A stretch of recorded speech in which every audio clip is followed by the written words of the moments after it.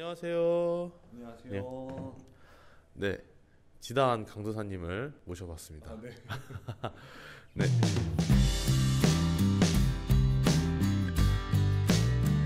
이제 이번 바이블로가 에스라인데 에스라에 대해서 정의를 해주시면 좋을 것 같습니다. 네, 에스라서는 성전 재건이라는 말로 정의할 수 있을 것 같습니다. 성전 재건이라고 정의할 수 있는 이유가 뭘까요? 에스라서를 보면 이스라엘의 공동체의 신앙과 예배의 회복이 성전 재건을 중심으로 이루어지기 때문입니다. 신앙과 예배가 회복되었다는 말은 그렇다면 이스라엘의 상태가 좋지 못했던 걸까요? 네, 이스라엘은 바벨론 제국의 멸망을 당해서 국가를 잃어버리고 갈 곳 없는 나그네와 같이 처량한 삶을 살고 있었습니다. 당시 바사 제국이 바벨론을 굴복시켰지만 이스라엘은 여전히 포로의 삶을 살고 있었죠. 그렇군요.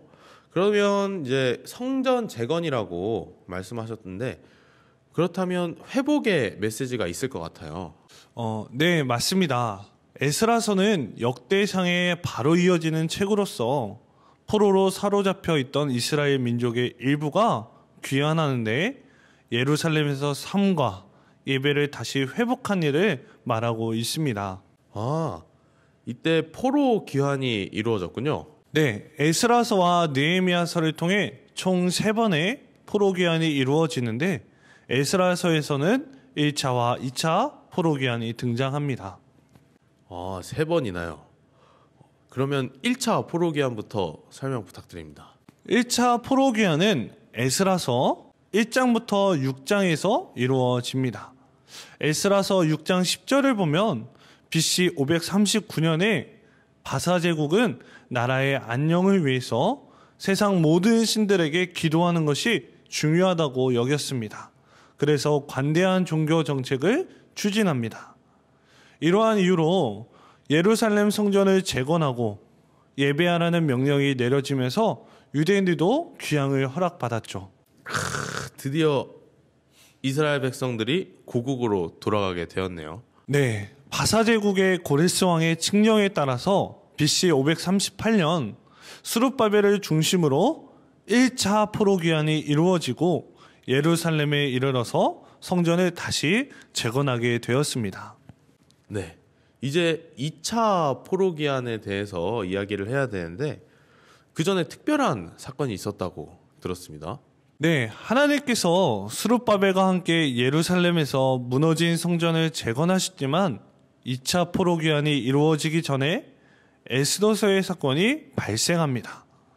사탄은 하만과 함께 바사의 수상궁에서 유대인들을 죽일 음모를 꾸며지만 하나님은 에스더를 통해서 이스라엘 백성들을 보호하십니다. 그렇군요. 되게 절망적인 상황에서 하나님의 역사하심이 나타나셨네요. 그러면은 이제 2차 포로 귀환에 대해서 설명을 부탁드립니다. 2차 포로 귀환은 7장에서 10장에서 이루어집니다.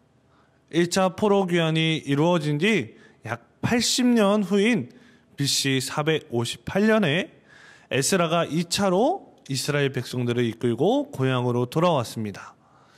에스라는 제사장이자 학사로서 신약 성경에 자주 등장하는 율법 교사의 첫 번째 되는 사람이었습니다. 그래서 아닥사스다 왕의 위탁을 받아 규정에 맞게 제사 드리는 일과 그리고 모세의 율법을 따르는 삶을 백성들에게 가르쳤습니다. 백성들의 신앙과 삶을 개조시켜서 영적 유산을 수호하도록 했습니다. 그렇다면 에스라가 중심적으로 다뤘던 문제는 어떤 것이 있을까요? 에스라는 무엇보다 이방인의 혼인을 문제 삼았습니다. 당시 포로 생활을 하면서 그리고 이스라엘로 많은 이방인들이 돌아오면서 이방인들과 혼인하는 일들이 많이 있었습니다. 에스라는 이러한 상황에서 이방 종교를 믿는 이방인들과의 혼인하는 것을 막았고 하나님 백성의 정결함을 유지하도록 했습니다.